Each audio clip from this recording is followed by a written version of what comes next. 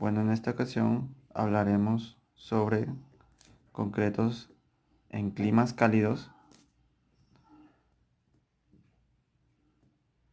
y primero definiremos qué es un clima cálido. Bueno, un clima cálido es cualquier combinación de altas temperaturas ambientales, altas temperaturas de concreto, baja humedad relativa, radiación solar y una velocidad de viento alta. El siguiente punto es en qué afecta el clima cálido al concreto. Bueno, el concreto está elaborado por agua, más cemento, más agregados. El agua se va a evaporar al haber un clima cálido, al haber un aumento de temperatura, se va a evaporar. Lo que generará es que haya problemas en el estado plástico como en el estado endurecido. En el estado plástico habrá una mayor velocidad de fraguado.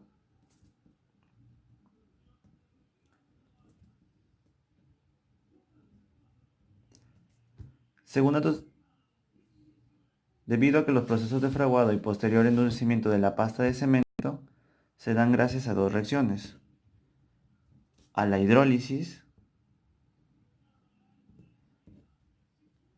y a la hidratación. Y como en toda reacción química, depende de la concentración y de la temperatura. Cuando la temperatura es elevada, aumento de temperatura, tiene un lugar a una disminución del agua libre presente en la masa del concreto. Y cuando hay una temperatura de 35 grados centígrados, el endurecimiento es casi dos veces mayor que a una temperatura de 20 grados centígrados.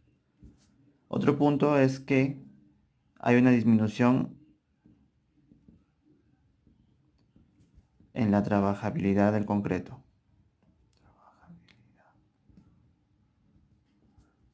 Según datos experimentales, indica que un aumento de 10 grados centígrados en la temperatura del concreto tiene como consecuencia la disminución del asentamiento, tanto sea en 25 milímetros, y a su vez necesitarán un aumento de agua de 4 a 6 kilogramos por metro cúbico para mantener el mismo asentamiento. El efecto de la temperatura en la demanda de agua es principalmente producido por el efecto de la velocidad de hidratación del cemento y también en la tasa de evaporación del agua. Y al haber una disminución de esta velocidad, dependerá también de que haya un incremento de la demanda de agua.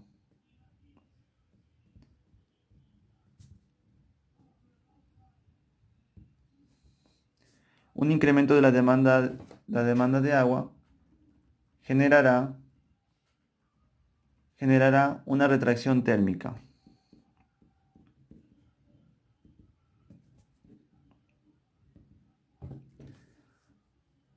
El calor de hidratación de 1 kilogramo de cemento es de 100 a 120 kilocalorías, debido a que la conductividad térmica del concreto es muy baja. Este calor se acumula en su interior, elevando su temperatura, y al haber, si la temperatura exterior desciende, ya sea de paso del día a la noche,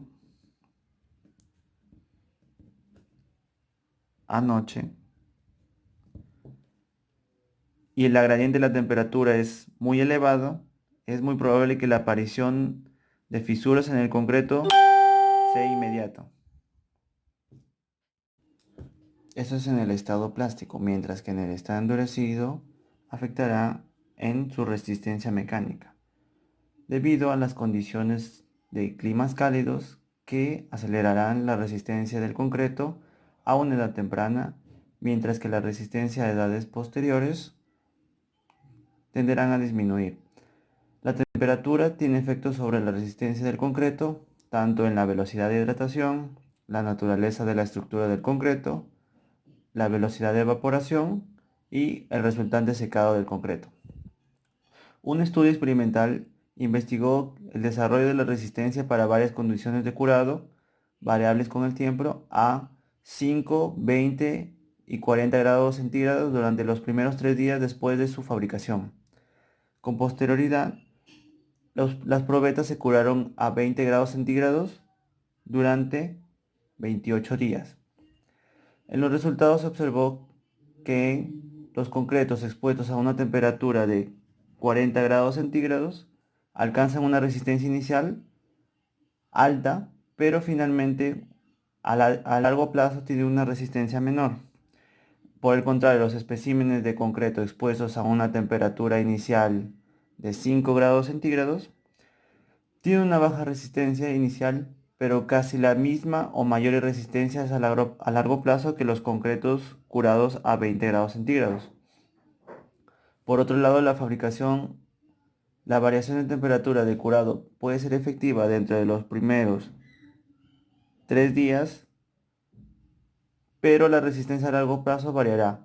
En ese sentido, las variaciones de la temperatura de un curado posteriores a los primeros 3 días parecen no tener muchas consecuencias significativas sobre la resistencia del concreto. Otro punto a tomar en cuenta es que aumentará la permeabilidad en el concreto. La permeabilidad estará determinada por la relación agua-cemento, en el sentido que a mayor relación agua-cemento, la permeabilidad será mayor, teniendo consecuencias sobre la durabilidad del concreto. Lo que genera la permeabilidad en el concreto es que este puede llegar a ser afectado también por otros agentes químicos como los sulfatos.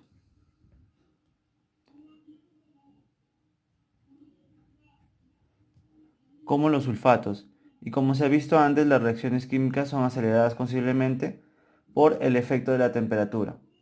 Por lo tanto, es de esperarse que la intensidad de un ataque de sulfatos sea incrementada por el efecto de la temperatura.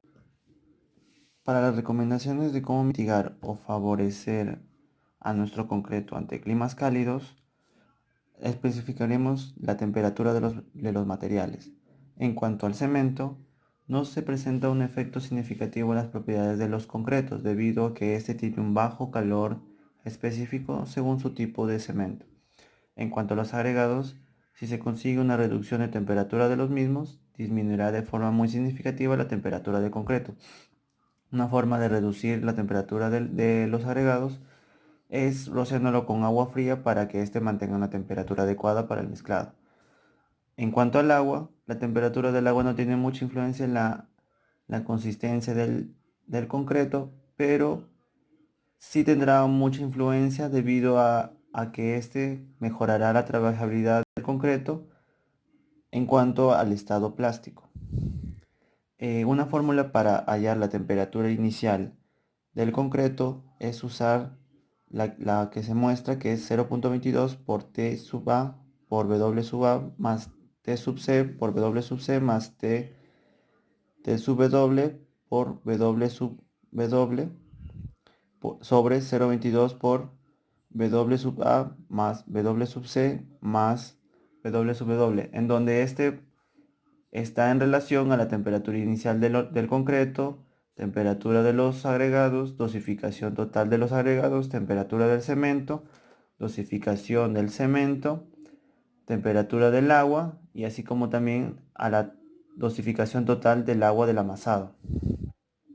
¿Qué se requiere para hallar esta temperatura inicial o por qué es necesario hallar la temperatura inicial del concreto? Para ver en cuánto afecta la temperatura del ambiente ante nuestro concreto.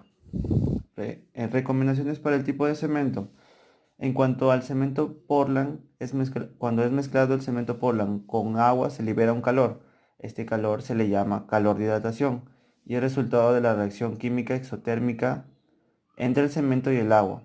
El calor generado por la hidratación del cemento incrementará la temperatura del concreto. Por eso es que es necesario cementos con altos contenidos de silicato tricálcico de aluminato tricálcido, así como tener un cemento con una alta finura como el tipo 3 según la norma STM C4, según la norma STM, y a su vez también tener cementos que tienen un bajo calor de hidratación como es el tipo 5, el tipo 2 y el tipo 1. En cuanto a las recomendaciones de aditivos según la norma ASTM C494, hay un aditivo del tipo D, el cual es retardadores y retardantes de agua, reductores y retardantes de agua, el cual favorece a la hidratación de las partículas de este y reduce el agua y plastifica la mezcla. Nos da una mejor trabajabilidad durante el vaciado, tiempo de fraguado más lento y un incremento de la resistencia a la compresión. Y además, este aditivo favorece a que la demanda del agua sea menor, teniendo como un mínimo un 5%. Y ya para finalizar, tomaré un ejemplo de un estudio que se realizó en donde se fabricaban tres probetas, cada una con una relación de agua-cemento diferente, que eran de 0.4, 0.5 y 0.6, que eran sometidas a una temperatura de 30 grados centígrados. Las características para el diseño de mezcla de estas eran de tamaño máximo nominal de 3 cuartos, cemento tipo Portland tipo 1, y se te requería un asentamiento de 4 pulgadas y una resistencia de 210 kilogramos centímetro cuadrado a 28 días. Como conclusiones, nos dio que la relación agua-cemento de 0.4 generaba una mayor rapidez de fraguado, lo que generaba una mala trabajabilidad para el clima que se requería. La relación de agua-cemento de 0.6 dio un lento fraguado, lo que no se requiere tampoco un lento fraguado para la construcción, tanto en climas cálidos como en cualquier tipo de climas, mediante que la relación agua-cemento de 0.5 fue la que fue más óptima para la realización de las probetas, así como también es un poco más óptima y recomendable para este tipo de climas.